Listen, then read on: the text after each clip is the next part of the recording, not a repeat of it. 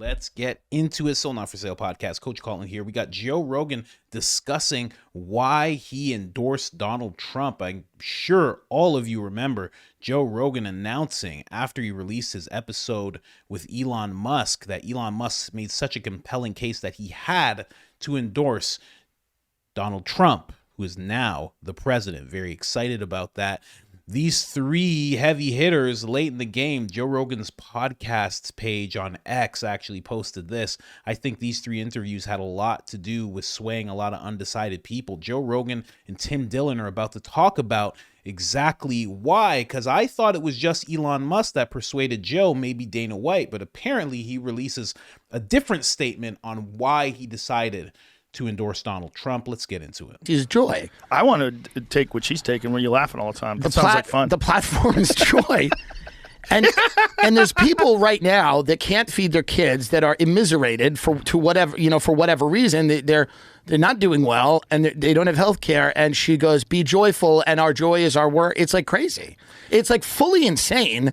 And I don't understand who that connects with. Well, it's completely manufactured, right? Yeah. The whole thing is manufactured by the media and by whoever is running the country. Whoever's running the country, by the way, you're doing a great job considering there's no president. Right. We've had no president for months. That's right. Okay. Kamala Harris, maybe years. Sure. But Kamala Harris has been campaigning. She has no time to be president. That's right. Joe Biden is gone. Right. Every now and then, somehow or another, they let him wander over to a microphone. Yes. And he says wild shit like, I like to take these Republicans and smack them in the ass. Yeah, and then he puts a MAGA hat on. He's getting fun. By the way, I voted for him today. I still support him, and because he's fun now. He clearly wants Trump to win. He hates her. Yeah. And he never liked the Obamas. This is well known. Well, Jack how do you say his name? Posobiec. Posobiec. I believe. Jack Posobiec posted on Twitter that there was a physical altercation between Jill Biden and someone from Kamala's staff. I don't know if it's true, but it's fun. Well, listen, Jill Biden, we know, is a psychopath. And we know that because she's very supportive. She's encouraged her husband, who should be on a porch, to run for president. It's disgusting.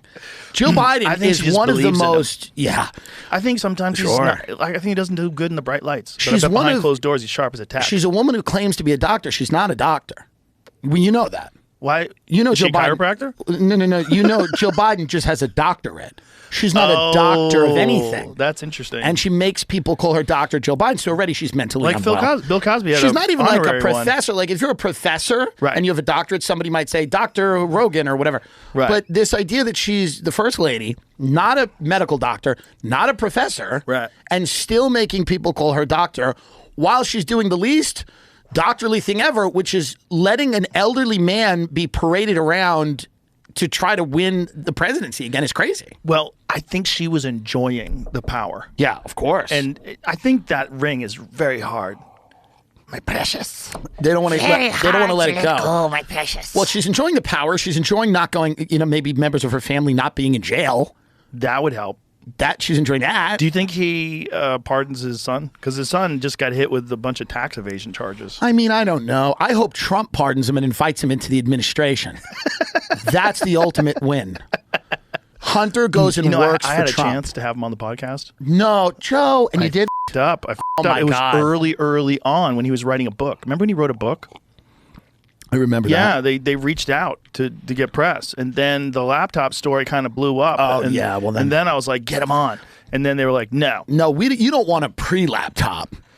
You want a post-laptop. This was post-laptop, but they thought they had squashed it. So this was before Elon had purchased Twitter. Gotcha. Once Elon purchased Twitter, and then they understood that there was a coordinated effort by 51 former intelligence agents to say that the laptop was Russian disinformation. That's right. And then the cat's out of the bag, and then everybody knows what's going on. But well, this is also the problem with saying that Donald Trump is a unique threat to democracy when you have literally like credible, documented examples of intelligence officials lying to the public and facing zero consequences and trying to manipulate an election. Yeah. I mean, that's a huge problem. Well, Google's doing that right now. You know, have you ever seen the Robert Epstein's work? Robert Epstein has compiled all... I'm familiar with a different Epstein's work. Yeah, different one. ephemeral interactions with Google, like Google search engine results and what you're shown on your homepage of Google News and how it influences people, right? And how you can sway undecideds like in a significant way, right, towards one candidate or the other, depending upon the search results. But one thing that people are pointing out on Twitter today, Jamie, let's see if we could replicate it. Why don't you Google where can I vote for Trump? Now, if you Google where can I vote for Trump, let's see what it says. Because people, I'll show you what I saw people posting. It's mostly Harris stuff. Where can I vote for Trump? Okay. So here it is. Where can I vote for Harris? By the way, right the first article is Esquire. There's only one reason anyone votes for Trump. It's just hilarious. It's like, that's the... So you don't see this. Google, hold on. Slow down. Google admits Trump-Harris search for discrepancy says fix is coming. I don't know what the that means. But look at the bottom. So you Googled where to vote for Trump. Scroll down a little bit. Scroll down a little bit more.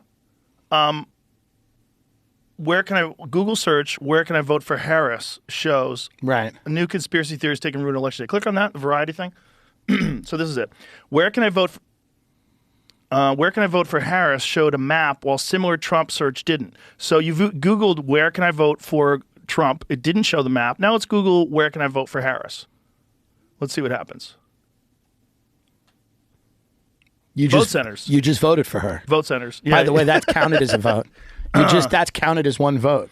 Let's go back to the top, please, to see what Google. Okay, same thing in the New York Post. Says fix is coming. Voting for Kamala Harris. Donald Trump will harm people. So it's negative things about Trump, where you get negative things about Trump if you Google where can I vote for Trump. You get negative things about Trump if you Google where can I vote for Harris. And then right away it says vote centers. First search result is vote centers after you get past the news. Fascinating. So it's true. So look, see where you don't see vote centers. You see all these stories. You don't see vote centers right away. When you Google where can I vote for Harris, you see vote centers right away. So it's not a conspiracy theory if you could just reproduce it. Yeah. Right there's clearly a slant. Oh yeah. With what, the media. And that's the other thing with a map popped up. I think Trump's the advantage, he's also running against the media, and the media is terrible. Yeah. And I think one of his big advantages has been, he's been able to kind of call them out successfully multiple times. Yeah. And so it's not just he's running against Kamala Harris, he's running against hostile media that does a terrible job at reporting facts when it comes to him. Well, now, Donald Trump says wild shit, and a lot of it stands on its own as wild and crazy. Yeah. But when they manipulate it, Piers Morgan the other night, when he goes, there'll be a bloodbath in the auto industry if I'm not elected. Right. And then they just say, oh, there's Trump, if he's not elected, there's going to be a bloodbath. One of the reasons why I was willing to endorse him was watching Obama repeat the lie that he said that white supremacists, that there's very fine people on both sides. Right. Yeah.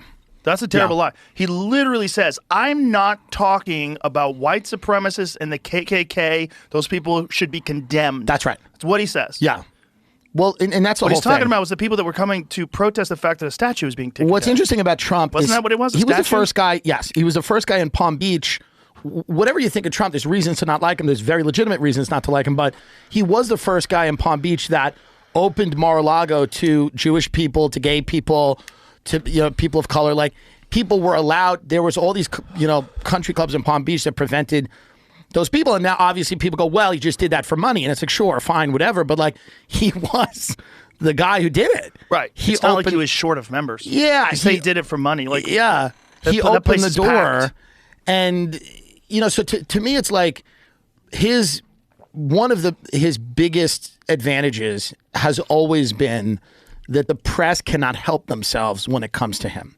They are rage addicts and they like hating him, and he feeds them, and they get more popular and they get bigger when he is around. Well, when he lost the election, CNN dropped 40%. That's right. So like right away. They're addicted to being in a hostile, contentious relationship with him, and they misrepresent a lot of what he says. Just flat out lies. And that's a huge problem, and they can't help themselves. If they got out of the way, it would hurt him, because like any politician, then you're just going to be dealing with other politicians or your supporters or your detractors or whoever But you have this media that's lying about you, and you can constantly call it out. It helps them. I think the cat's out of the bag though with the media. It's over. It's over. It's big time. I mean, the video that I did with Trump is well over 100 million views. Yeah. Between Twitter and YouTube and Spotify, well over 100 million. Man, I wonder what's going to happen in regards to the media that Tim Dillon's talking about. What is going to happen? Are they going to just keep on doing this? Or are they going to clue in that they need to change it up, that they need to get a little more honest? I feel like the people who are in front of the camera realize that kind of quickly because they probably hear a lot of things said about them. There's no way Don Lemon just doesn't hear anything said about him, you know? Like Tucker Carlson was in a podcast recently. He did like a 10-minute thing on Don Lemon, how he hasn't learned anything and how bad he's doing. Like, you have to hear about that, right? But I think that whoever's behind them, the advertisers, the agency, things of that nature, I think they'll never allow them to be honest on those platforms. You have to do what Tucker Carlson did. You have to all of a sudden remove yourself, go through terrible legal battles. They try to silence you, and then slowly you build yourself up back on X, while the whole time that same mainstream media that you were just a part of is now poking fun at you, making fun of you, talking about how terrible you are. And then when you get your biggest interviews, like with Putin and whatnot, they tell everybody in the world that you're not a journalist. I just think that's just the fire that all of them would have to go through if they really wanted to be honest. And well-deserved, you should have to go through that fire, especially, you know, the Chris Cuomo types and the Anderson Cooper types and the Don Lemons and, you know, Dana Bash and, you know, Aaron Burnett, all these people who just lied to people over the past 4 years. Bullface lied, not just about Trump, about, you know, about what happened 4 or 5 years ago. It's crazy.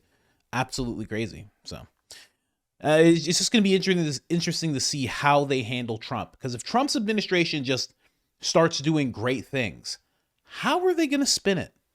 You know, I guess they can spin it because I've seen them spin it before. I mean, when Trump was taking away security clearance to certain members, I think former members of CIA or something like that, and those members, former members, were going to like jobs in Raytheon and still had security clearance. It was like, it didn't make any sense. So it was a great thing he did. It was a secure the nation kind of thing he did.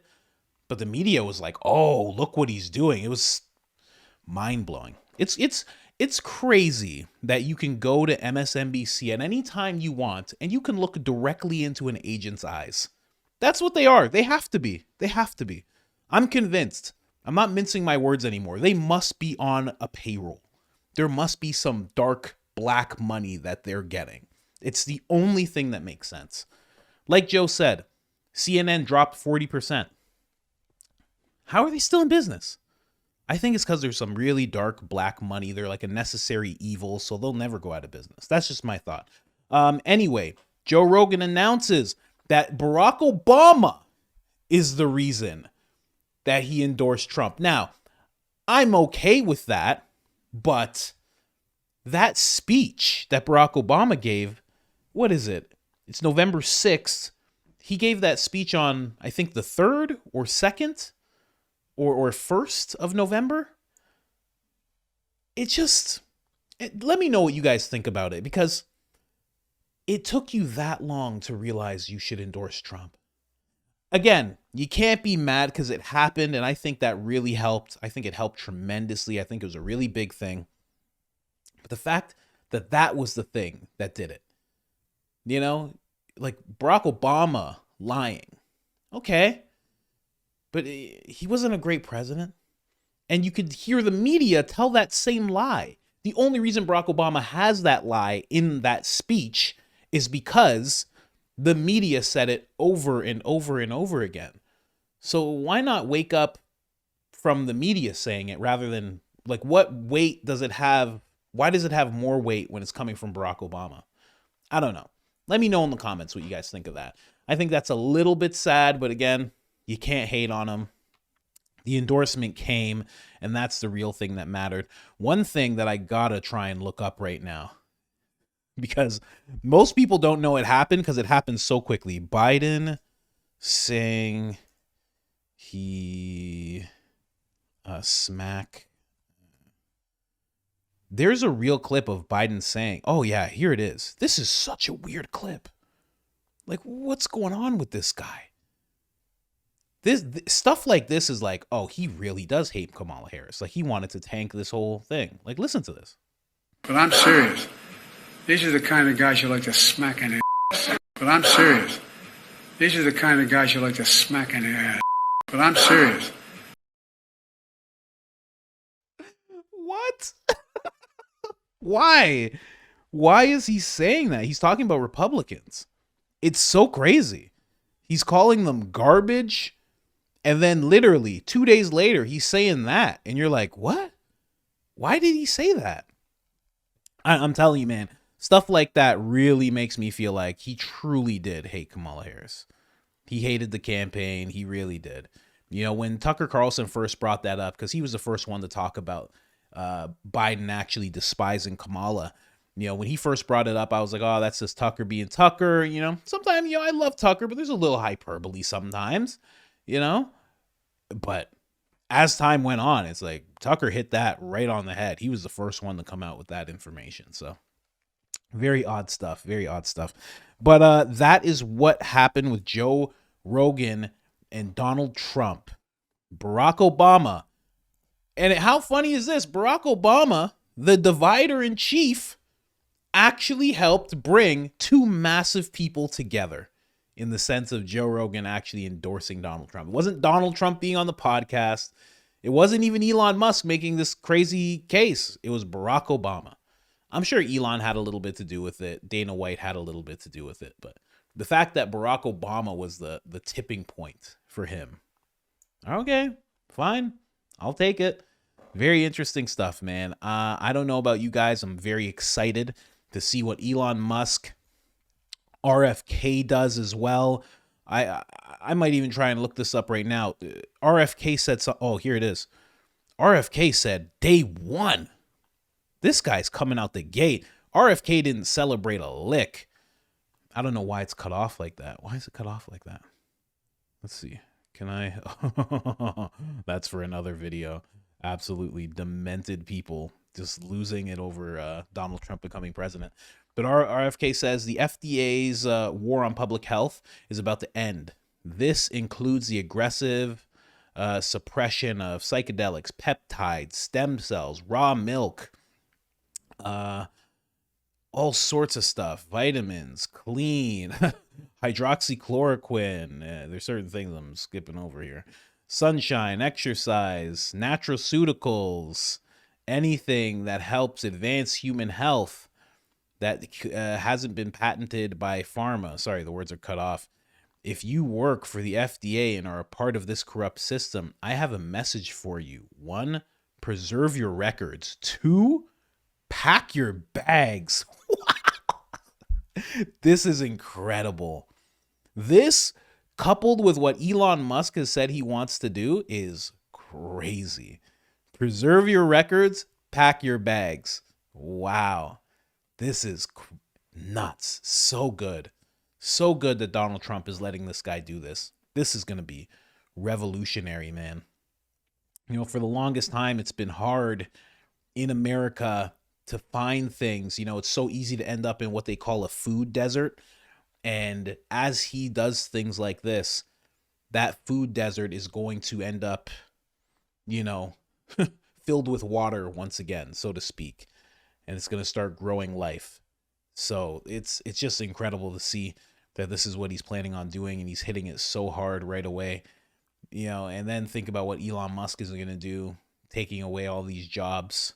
And, you know, usually you don't want to celebrate people losing jobs, but when they're a part of this corrupt system and they're doing things that are against the American citizen interests, it has to happen. It has to happen. And these are capable people in the government. Some of them. I don't know. And they'll be able to find work elsewhere. In the, you know, they'll be able to do it.